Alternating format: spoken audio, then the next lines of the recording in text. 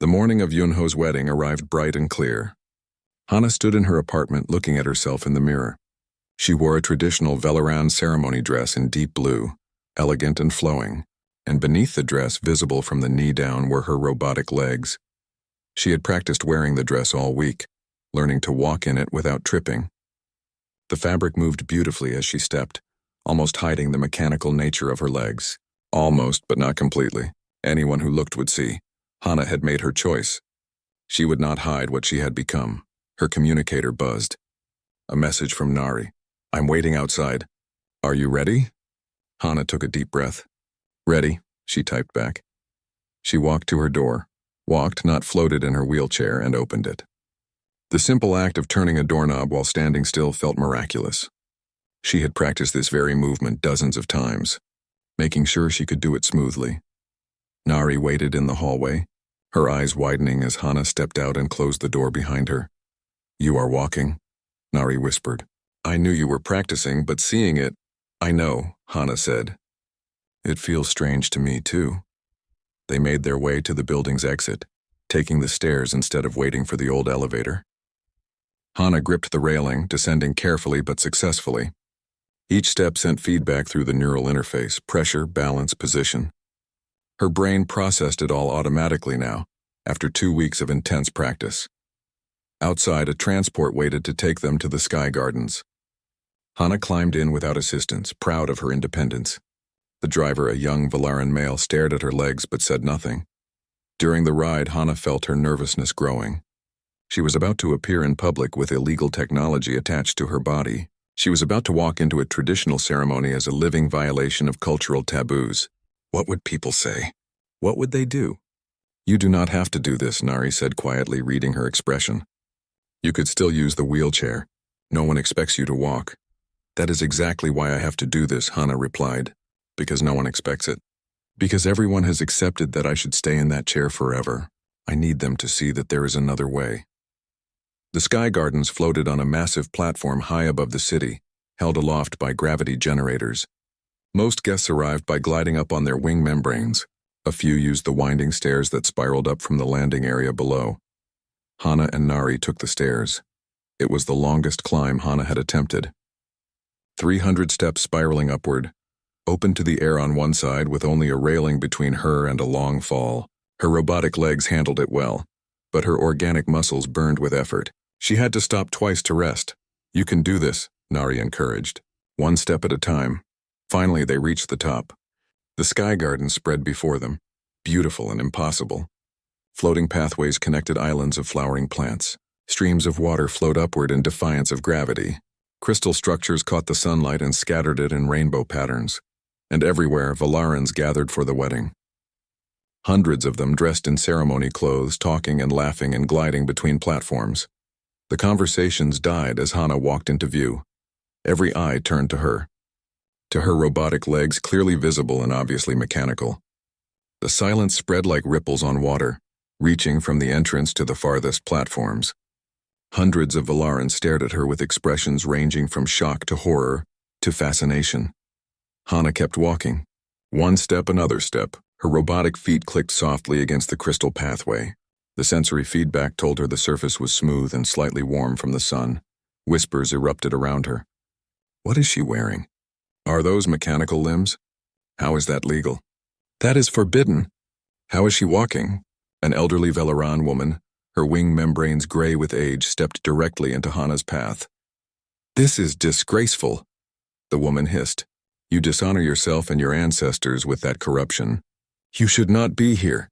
Before Hana could respond, another voice called out, Sister! Yunho appeared, running across one of the floating bridges. His ceremonial robes fluttered behind him. When he reached Hana, he stopped, staring at her legs with wide eyes. You are standing, he said. I told you I would walk at your wedding, Hana replied, her voice shaking only slightly. Yunho's face transformed with joy. He threw his arms around her, laughing with delight. You did it? I cannot believe it. You actually did it. His acceptance broke the spell. Some guests began applauding. Others continued to mutter disapprovingly. The elderly woman shook her head and walked away, but Hana no longer cared. Yunho took her arm. Come, Minji and her family are waiting. They need to see this. He led her across the gardens to where his fiancée stood with her parents. Minji was lovely in white ceremony robes, her wing membranes decorated with delicate patterns. Her parents stood stiffly behind her, their faces showing clear disapproval. Minji, mother, father, Yunho said formally. My sister Hana has arrived. Minji looked at Hana's legs, then at her face. A slow smile spread across her features. You walked up the stairs, all 300 of them. I did, Hana confirmed. That is remarkable, Minji said warmly. She turned to her parents. Is it not remarkable? Minji's father frowned. It is a violation of our sacred traditions. Mechanical augmentation is forbidden for good reason.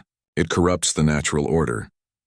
With respect, sir, Hana said, finding her courage, what corrupts the natural order? The technology that allows me to stand at my brother's wedding? Or the tradition that would have kept me away, relegated to my apartment, excluded from life itself? You could have used your wheelchair, Minji's mother said coldly. We would have made accommodations.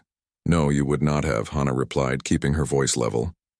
The ceremony is here in the Sky Gardens specifically because there are no accommodations. Places like this are designed to exclude people like me. You call it tradition. I call it abandonment. The conversation was interrupted by the arrival of Hana's parents. Her mother looked pale, her father stern. They had not spoken to her since she told them about the robotic legs. Hana, her father said quietly, you actually did this. Yes.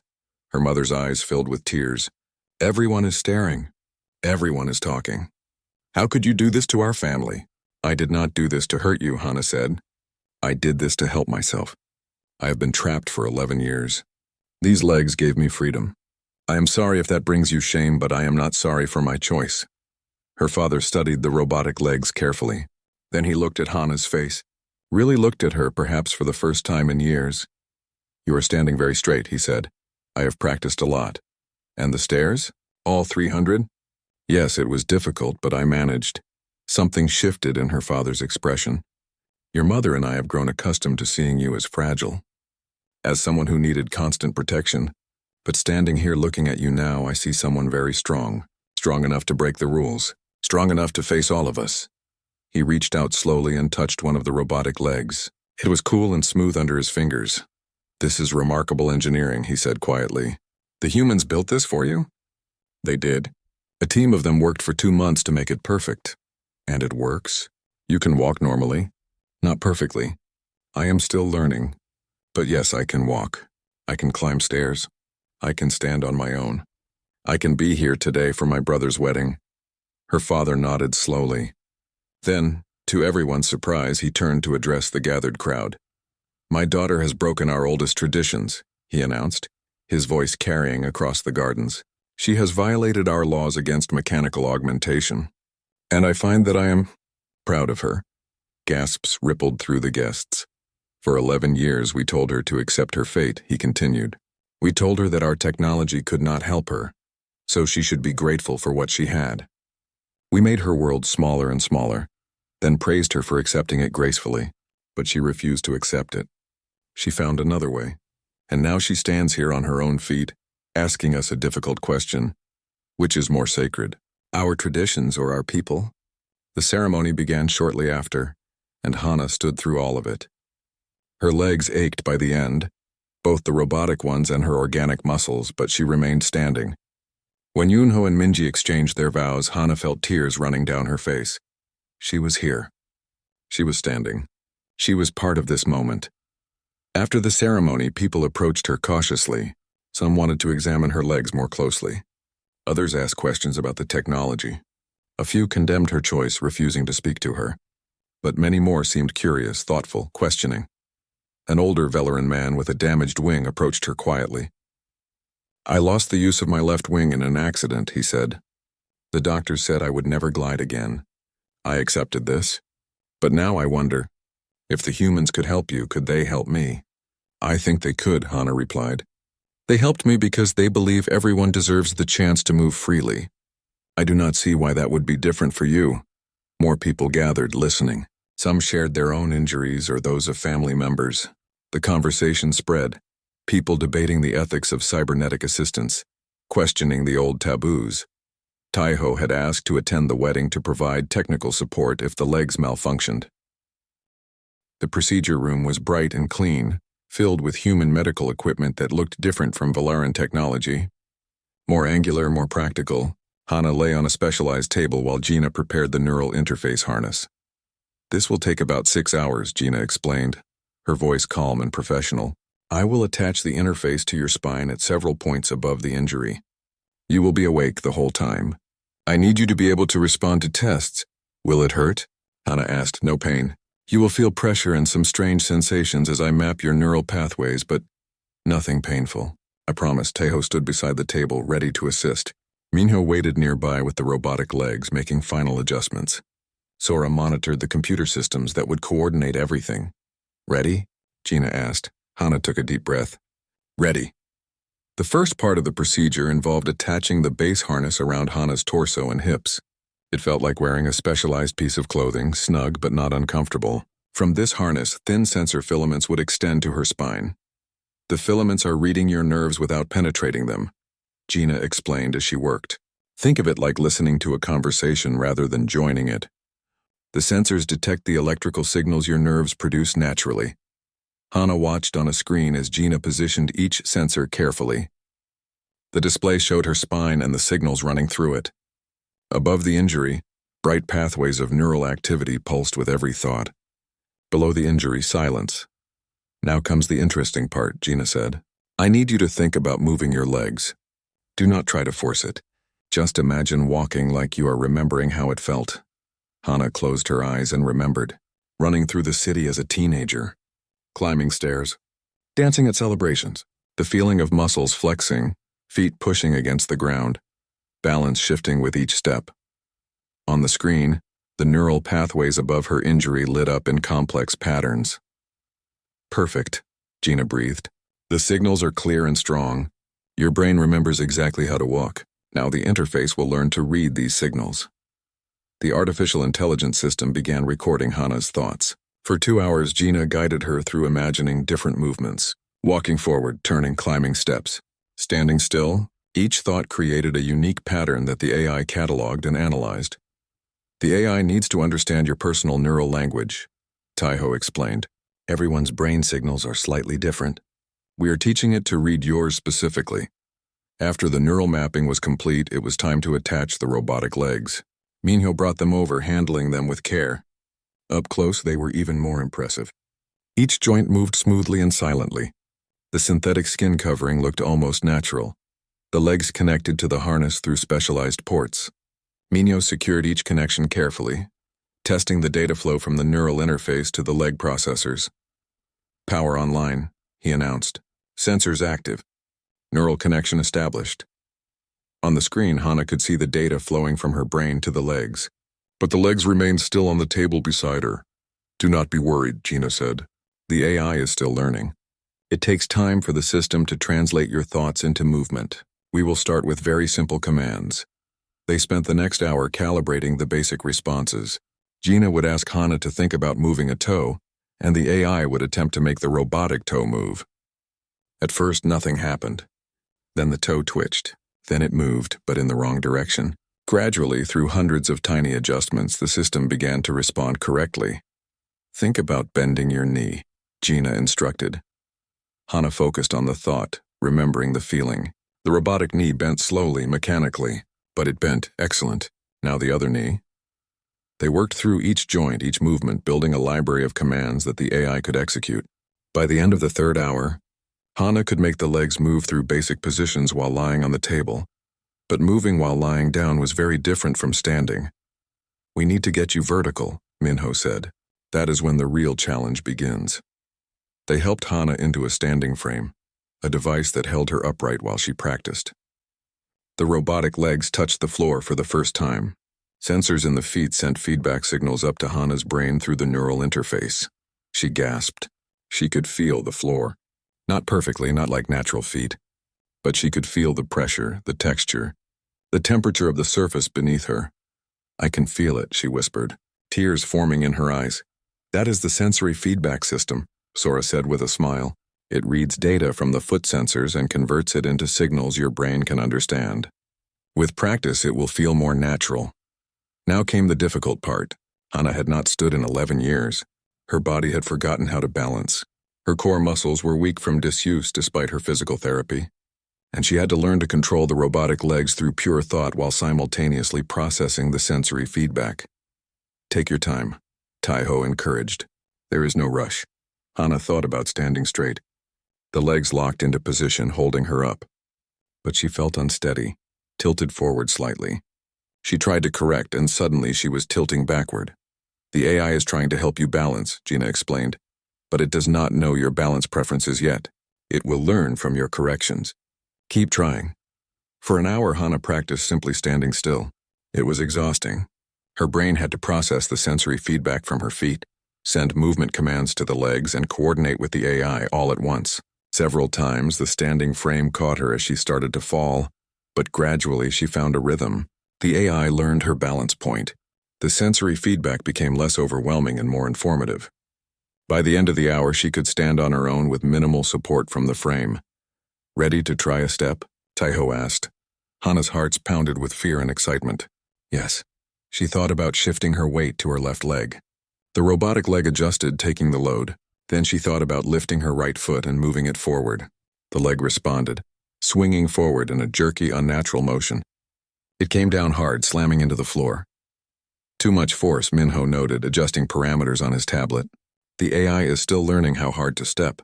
Try again, Hana tried again, and again, and again. Each step was clumsy, mechanical, loud.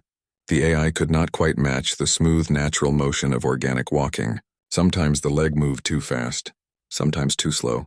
Once the knee buckled mid-step and only the standing frame kept her from falling. Hours passed. The sun set outside the facility windows. The human team brought in food and encouraged Hana to rest, but she refused. She had waited 11 years for this. She could handle a few more hours of practice. Gradually, slowly, the steps became smoother. The AI was learning. It observed how Hana thought about walking, how much force she intended, how quickly she wanted to move. It began to anticipate her intentions, responding faster and more naturally. By midnight, Hana took 5 consecutive steps without the standing frame's support. They were not graceful steps. They were not natural steps. But they were steps. She stopped, breathing hard from the effort, and looked at Taiho with wonder in her eyes. I walked, she said. I actually walked. The entire team erupted in celebration. Gina hugged her. Minho grinned from ear to ear. Sora wiped away tears. Taiho simply smiled, quiet pride on his face. This is just the beginning, he said. You will need to practice every day for the next 2 weeks. The more you use the legs, the better the AI will understand you. Eventually, walking will feel automatic again. Hana nodded, too emotional to speak. She looked down at the robotic legs, at these mechanical marvels that had given her back something she thought was lost forever. They were not perfect. They were not natural, but they were hers, and they worked. Over the following days, Hana practiced relentlessly. She came to the facility every morning and walked for hours. At first, she needed the standing frame for support, then parallel bars to hold on to, then just a cane. Finally, nothing at all. The AI learned her walking style, her preferences, her habits. The movements became smoother and more natural. The sensory feedback became easier to process. Her brain adapted to the new inputs, integrating them into her body awareness. By the end of the first week, Hana could walk across the room without falling. By the end of the second week, she could climb stairs, though it was challenging. The AI had to learn an entirely new pattern for stair climbing, and Hana had to rebuild muscles she had not used in years. You are doing remarkably well, Gina told her. Better than we expected. Your determination is incredible. Hana practiced turning, stopping, starting, walking backward. She practiced on different surfaces. Smooth floors, rough ground, soft carpets. Each new surface required tiny adjustments from both her and the AI. Taiho watched her progress with satisfaction. The human body is amazing, he said one day. Your brain is adapting to treat the robotic legs as part of you. Soon you will not even think about the mechanics. You will just walk. 1 week before Yunho's wedding, Hana stood in front of a mirror in the facility wearing the robotic legs. She took a step forward, then another. The movement was not perfect, but it was steady. It was real. She smiled at her reflection. She was walking. For 3 days, Hana tried to forget about Taiho and his strange ideas. She focused on her work, analyzed her data, and avoided looking at information about human technology. But curiosity gnawed at her mind like a persistent ache. On the fourth day, she found herself searching the Galactic Information Network for articles about human prosthetics. What she found amazed her. Humans with mechanical arms that could move like natural ones. Humans with artificial legs who could run and jump. Humans with implants that restored their sight and hearing. The images showed people living full, active lives with these devices. The most surprising thing was how the humans themselves viewed this technology. They did not see it as corruption or weakness. They saw it as strength. They celebrated it. A human athlete with running blades had become a champion, inspiring millions. A human artist with a robotic arm created masterpieces. A human scientist with a neural implant had won the highest awards for her research. Hana sat back in her chair, stunned. On her world, people with disabilities were pitied. They were encouraged to accept their limitations gracefully. But humans seemed to view disability differently, not as a permanent fate, but as a challenge to overcome. She sent a message to Taiho before she could change her mind. "Can we talk again?" His reply came within minutes. "Of course. When would you like to meet?" They arranged to meet at a small cafe near the research facility. It was one of the few in the city with ground-level seating, built to accommodate the growing human population on Valara Prime. Taiho was already there when Hana arrived, sitting at a corner table with 2 cups of Velaran tea steaming in front of him. He stood when he saw her, a human gesture of respect. "Thank you for coming," he said as she positioned her chair at the table. "I was not sure if you would contact me again." "I was not sure either," Hana admitted. She picked up the teacup, grateful for something to do with her hands. "I have been thinking about what you said, about bypassing the damaged area. And what do you think?" "I think it is terrifying," Hana said honestly. "Everything I have been taught says that mechanical augmentation is wrong, that it destroys what makes us Velaran, that it severs our spiritual connection." Taiho listened without interrupting. "But I have also been thinking," Hana continued, "about what my life has become. I sit in my apartment and work on a computer. I watch others fly through the sky. I avoid going to places because they are too difficult to access. Is this really living, or am I already severed from life itself? Those are important questions," Taiho said softly. "May I share how humans think about this?" Hana nodded. "We believe that what makes us human is not our bodies, but our minds, our choices, and our connections to others. A human with a prosthetic leg is no less human than one without. In fact, we admire those who overcome challenges. We see strength in adaptation." He pulled out his tablet again and showed her more images. A young human woman dancing with 2 robotic legs, an older human man climbing a mountain with a mechanical arm, a child with a neural implant laughing as she played with friends. "These people did not let their bodies limit their spirits," Taiho said. "They found new ways to do what they loved." "Is that corruption? Or is that courage?" Hana felt tears forming in her eyes. She had not cried in years. She had learned to push down her emotions, to accept, to endure. But now something was breaking open inside her. "I want to walk again," she whispered. "I want to stand on my own feet. I want to feel the ground beneath me." "Is that selfish? Is that wrong?" "No," Taiho said firmly. "That is human. And I think it is Velaran too, deep down. The desire to be whole, to be free, that is universal." They talked for over 2 hours. Taiho explained the technology in detail. He told her about neural interfaces that could read brain signals, about robotic limbs powered by compact energy cells, about sensors that could create the sensation of touch, about artificial intelligence that learned to move naturally with practice. The procedure would not be permanent, Taiho explained. The neural interface would attach externally like a harness. The robotic legs would connect to it. You could remove everything if you wanted to. It would not change your body itself. But it is still illegal here, Hana said. The Valaran government forbids cybernetic procedures on citizens. Yes, Taiho admitted. That is the difficult part. If we did this, it would have to be done quietly. And once you had the legs, you would have to decide whether to hide them or face the consequences. Hana went home that night with her mind full of possibilities and fears. Could she really do this? Could she break such a fundamental law of her society? What would her family say? Her friends? The few people who still remained in her shrinking world? Over the following weeks, she met with Taiho several more times. He introduced her to other members of the human research team. There was Gina, a neurologist with quick hands and a kind smile. There was Minho, an engineer who specialized in robotics.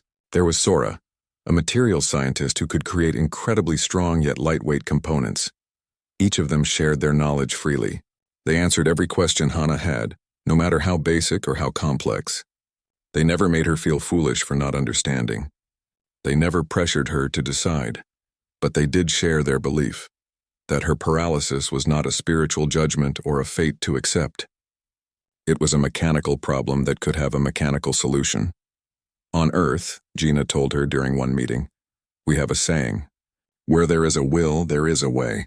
If you want to walk, we will find a way to make it happen. The turning point came unexpectedly. Hana's younger brother Yunho visited her apartment one evening. He had always been close to her, visiting regularly even when others drifted away. But tonight he seemed nervous. I have news, he said, not quite meeting her eyes. Good news. I am getting married. Yunho, that is wonderful, Hana exclaimed. Tell me about her. He relaxed a little, talking about Minji, his fiancée. They had met at work and fallen in love. The wedding would be in 3 months. And then he hesitated. The ceremony will be held at the Sky Gardens, he said quietly. Minji's family insists. It is tradition. Hana's heart sank. The Sky Gardens were beautiful, one of the most prestigious venues in the city. They were also completely inaccessible to her. The gardens floated on platforms high above the city, reachable only by flight or by climbing long, winding stairs. There were no ramps, no elevators, no accommodations for wheelchairs. I understand, Hana said, keeping her voice steady. I will send my blessings. No, Yunho said desperately. I want you there. You are my sister. You should be at my wedding. I argued with them, but Minji's parents will not change the venue. I am so sorry, Hana. I do not know what to do. After he left, Hana sat in the dark, staring at nothing. Her baby brother was getting married, and she could not attend. One more thing stolen by her broken body. One more piece of life denied to her. She picked up her communicator and sent a message to Taiho. I want to do it. I want the robotic legs. When can we start? His reply came quickly. Are you certain? Once we begin, there is no going back. Hana thought about Yunho's face, apologetic and heartbroken. She thought about 11 years in this chair. She thought about all the years ahead if nothing changed. I am certain, she wrote. I want to walk into my brother's wedding on my own 2 feet. Even if they have to be mechanical ones. Then we will make it happen, Taiho replied. I promise you, Hana. You will walk again. That night, for the first time in years, Hana felt something she had almost forgotten. Hope. It was terrifying and exhilarating at the same time. She was going to break the law. She was going to violate her society's deepest taboos. She was going to risk everything, but she was also going to stand again. And maybe, just maybe, she was going to fly. The human research team moved quickly once Hana made her decision. Within 2 days, she was back at the facility for detailed scans of her body. Taiho and his colleagues needed precise measurements of her legs, her spine, and her neural pathways. Gina conducted the neurological scans herself, running sensors along Hana's spine and legs. Your nervous system is in excellent condition, she said, watching the data flow across her screens. The nerve signals are strong and clear above the injury site. This will make the interface much easier. How does it work exactly? Hana asked. She needed to understand what would happen to her body. Gina pulled up a simple diagram. Think of your spine like a communication cable. Right now the cable is cut in the middle. Signals from your brain cannot reach your legs. The neural interface will read those signals before they reach the brake, then send them wirelessly to receivers in the robotic legs. The legs will move based on what your brain wants to do. So I will think about walking and the legs will walk? Exactly. At first it will feel strange. The artificial intelligence in the legs needs time to learn your specific thought patterns. But after a few days of practice, it should feel natural. Your brain is very good at adapting to new tools. Minho, the robotics engineer, explained the design of the legs themselves. He showed Hana sketches and 3D models on his computer. We are building these specifically for you, he said. They will match your height and proportions exactly. The frame will be made from carbon titanium composite. Very light but extremely strong. Each leg will weigh less than a natural Velarin leg. What about power? Hana asked. How long will they last? The energy cells can run for 48 hours on a single charge. We will give you spare cells and a charging station. You will need to swap cells every 2 days, like changing batteries. Sora showed her the materials she had developed for the leg covering. We want these to look good, not just function well. I have created a synthetic material that resembles Valaran skin. It comes in different colors. You can choose. Hana was touched by their attention to detail. They were not just building machines. They were building something beautiful, something she could be proud of. But doubt still crept in during quiet moments. That evening, alone in her apartment, Hana researched what would happen if she was caught. The laws against cybernetic augmentation were ancient, rooted in religious tradition. Violators could face exile from Valaran society. Their families could be shamed. Their names could be struck from official records. Was walking worth that risk? She looked down at her legs, motionless beneath her. 11 years they had been still. 11 years of watching others move freely while she remained trapped. If she did nothing, this would be her life forever. Safe but small, legal but limited. The choice seemed impossible, until she remembered Yunho's face when he invited her to his wedding. Until she remembered all the moments she had missed because buildings had no ramps. Until she remembered what it felt like to glide through the air free and alive. Hana made a list of the people she needed to tell. Her parents deserved to know, even if they would not approve. Yunho should know why she might suddenly be able to attend his wedding. Her closest friend, Nari, who had stayed loyal through the years, deserved the truth. She started with Nari, inviting her to the apartment for tea. They sat in the small living room, cups warming their hands. I need to tell you something, Hana began. Something secret. Nari leaned forward, concerned. Are you all right? I am going to walk again, Hana said simply. Nari blinked in confusion. What do you mean? Did the doctors find a new treatment? No. The Valaran doctors gave up on me years ago. But the humans have different technology. They are building me robotic legs. The silence stretched between them. Nari's face went through several emotions. Shock, disbelief, fear, and finally something that might have been wonder. Robotic legs, Nari repeated. You mean cybernetics? Hana, that is illegal. That is forbidden, I know. You could be exiled. Your family could suffer. I know, Hana said again. But Nari, I cannot live like this anymore.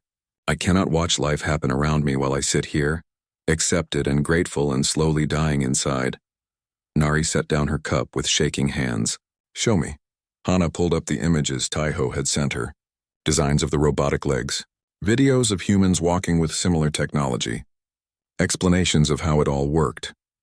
Nari studied everything in silence. Finally, she looked up at Hana with tears in her eyes. When I was young, Nari said softly, before your accident, we used to glide through the city together. Do you remember? We would race from tower to tower laughing like fools. I remember, Hana whispered. I have missed my friend, the real you. The one who is brave and wild and free. If these legs can bring her back, then I support you. No matter what happens, they embraced, and Hana felt some of her fear ease. At least she would not face this alone. Telling her parents was harder. She visited their home in the residential district, a beautiful house with multiple levels designed for flight. She had not been to the upper floors in years. Her mother greeted her with the usual mixture of love and pity. Her father nodded politely, his face carefully neutral. They sat in the ground floor sitting room, the only area Hana could access. I have something to tell you, Hana began. And then she explained everything. Her mother's reaction was immediate and horrified. No, absolutely not. Hana, you cannot do this. It goes against everything we believe. What do we believe exactly? Hana asked, keeping her voice calm. That I should accept my suffering? That I should be grateful to be alive even if I cannot truly live? We believe in the purity of the body, her father said sternly. We believe in respecting the form our ancestors gave us. Mechanical augmentation is corruption, but regeneration therapy is acceptable? Hana challenged. Genetic modification to cure diseases is acceptable? Where is the line? Why is it acceptable to heal with biology, but not with technology? Her mother stood up, agitated. Because it is tradition. Because it is what we have always believed. You cannot just throw away thousands of years of culture because you are impatient. Impatient? Hana felt anger rising in her chest. I have waited 11 years. I have tried every treatment our society offers. I have accepted and endured and been grateful, and I am still here in this chair, unable to reach the upper floors of my own parents' home. The room fell silent. Her father looked away, pain crossing his features. I am doing this, Hana said firmly. I wanted to tell you because I love you and I respect you. But my decision is made. In 2 months, I will walk again. What you do with that information is your choice. She left without waiting for a response. The ride home was lonely, but she felt lighter. She had spoken her truth. She had stood up for herself even while sitting down.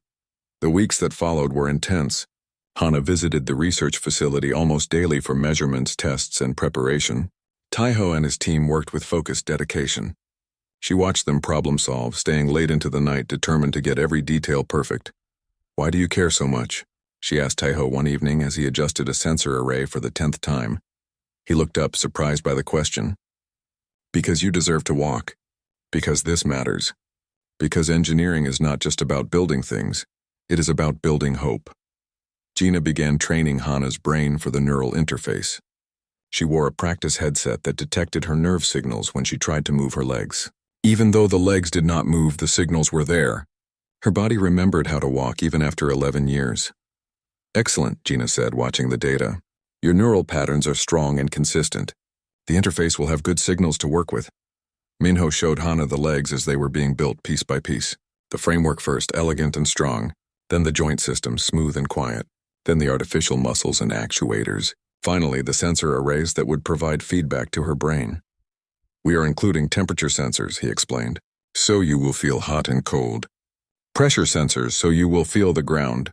Texture sensors, so you will know if you are standing on smooth floor or rough ground. We want this to feel as real as possible. 3 weeks before Yunho's wedding, the legs were complete. They were beautiful in their own way, sleek and purposeful, covered in material that resembled Velaran skin in a soft gray tone. Hana had chosen to make them obviously artificial. If she was going to break tradition, she would do it proudly. Are you ready? Taiho asked. Hana looked at the robotic legs lying on the table. Her future waited in those mechanical limbs. Her freedom, her choice, yes, she said, I'm ready. Hana stared out of her apartment window at the floating towers of Valara City. Outside, hundreds of Velarans glided through the air between the crystal buildings. Their wing membranes caught the morning light as they soared from platform to platform. She watched them every morning. She used to fly like that too before the accident.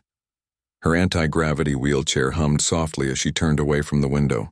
The chair used magnetic fields to float above the ground, smooth and silent. It was the best technology the Valarans had for people like her. But it was not the same as walking. It would never be the same as flying. 11 years had passed since the shuttle crash. Hana had been 17 years old, traveling home from her studies. The shuttle's engine failed over the central district. 243 people died that day. Hana survived, but her spine was broken. The doctor said she would never walk again. At first, she believed they were wrong. The Valarans had amazing medical technology. They could regrow organs and heal terrible wounds. Surely they could fix her spine. She spent 2 years in treatment centers, undergoing procedure after procedure. The doctors tried everything their science knew. Cell regeneration therapy, genetic repair, neural stimulation. Nothing worked. Your injury is too severe, the lead doctor finally told her. The damage is complete. We cannot reconnect what has been destroyed. I am sorry, Hana, you must accept this, accept this. Those words echoed in her mind for years. Her society expected her to be grateful for her life and accept her limitations. But accepting meant giving up on ever standing again. It meant watching others fly while she remained grounded forever. Hana guided her chair to the small desk where her computer waited. She worked as a data analyst, a job she could do from home. The work was fine, but it was lonely. Most buildings in Valara City were designed for people who could fly or climb. Ramps were rare. Elevators were outdated technology. Her world had become smaller and smaller over the years. She began her morning work, analyzing traffic patterns for the city planning department. The numbers and graphs filled her screen. Her mind wandered as she worked. Today was the 10th anniversary of her final surgery, the one where the doctors gave up. 10 years of living in this chair. 10 years of watching life pass by her window. A message alert blinked on her screen. It was from the Galactic Medical Research Facility. They were conducting a survey about long-term paralysis cases and wanted her to participate. Hana almost deleted it. She had answered so many surveys over the years. What was one more? But something made her hesitate. The message mentioned a new research team from Earth, humans. They were relatively new to the galactic community, having discovered faster-than-light travel only 30 years ago. Hana had seen a few humans in the city but never spoken to one. They were strange creatures without wing membranes or natural armor. Fragile-looking, yet they had spread across a dozen star systems in just 3 decades. She accepted the survey invitation. Perhaps a change of routine would be good. Perhaps these humans might ask different questions than the Velaran doctors who had given up on her long ago. 3 days later, Hana arrived at the research facility. The building had a proper entrance ramp installed after humans joined the staff. She felt grateful for that small consideration as her chair floated up the slope. Inside, a young human man waited for her in the lobby. He was tall and thin with dark hair and kind eyes. He smiled when he saw her. "You must be Hana," he said in slightly accented Velaran. "I am Taiho, thank you for coming today." Hana nodded politely. Up close, humans looked even more fragile than she expected. Their skin was bare, without scales or protective membranes, yet Taiho moved with confidence as he led her down the corridor to a private room. The room was comfortable, with chairs and a table designed for both humans and Velarans. Taiho gestured for her to position her wheelchair wherever she felt most at ease. He sat across from her with a data tablet. "I have read your medical file," Taiho said. "I hope you do not mind if I ask you some questions about your injury and the treatments you received." "I do not mind," Hana replied, "though I have answered these questions many times before." "I understand, but perhaps I will ask different questions than you are used to." He was right about that. Taiho asked about things the Velaran doctors never considered. He wanted to know about nerve sensation in her lower body. Could she feel touch? Temperature? Pressure? The answer was yes to all. Her nerves still worked. They just had nowhere to send their signals. He asked about her muscle condition. Had they atrophied completely? No, she explained. She did physical therapy to keep them from wasting away entirely, though it was exhausting work for no visible result. Taiho made notes on his tablet, his expression thoughtful. Then he looked up at her with curious eyes. "May I ask you something that might seem strange?" he said. "Go ahead." "The Velaran medical reports say your neural pathways above and below the injury site are intact. The problem is only the severed connection in your spine. Is that correct?" "Yes. The doctors said if they could reconnect those pathways, I might walk again. But they cannot. The damage is too complete." "What if," Taiho said slowly, "there was a way to bypass the damaged area entirely? To create a new pathway for the signals?" Hana frowned. "The doctor said that is impossible. We cannot grow new nerve tissue in that way." "I did not say grow," Taiho replied. "I said bypass." He pulled up an image on his tablet and turned it toward her. It showed a diagram of a human spine with some kind of device attached to it. The device had wires running from the spine down to the legs. "This is a neural interface," Taiho explained. "It reads the signals from the brain and spine, then sends those signals directly to mechanical limbs." "The signals bypass the damaged area completely." Hana stared at the image. "You mean cybernetics?" "Mechanical augmentation. We call it assistive technology." "That is forbidden," Hana said quickly. "Cybernetic enhancement is against our beliefs. It corrupts the natural body. It severs the connection to our ancestors." Taiho nodded slowly. "I have learned about these beliefs. I respect them, but I wonder, is helping someone walk again really corruption? Or is it just a different kind of healing?" Hana felt her hearts beating faster. The idea was shocking, wrong, against everything she had been taught. And yet, "I should go," she said. "Of course," Taiho said gently. "I did not mean to upset you. But Hana, if you ever want to talk about this again, I am here. No pressure, no judgment, just possibilities." Hana guided her chair out of the facility and into the bright Velaran sunshine. Her mind was spinning. Mechanical limbs, neural interfaces, walking again, impossible, forbidden, wrong. But that night, lying in her bed, she could not stop thinking about Taiho's words. She looked down at her useless legs beneath the blanket. For 11 years she had accepted her fate because she had no other choice. What if there was another choice? What if the humans knew something the Valarans did not? The questions kept her awake until dawn,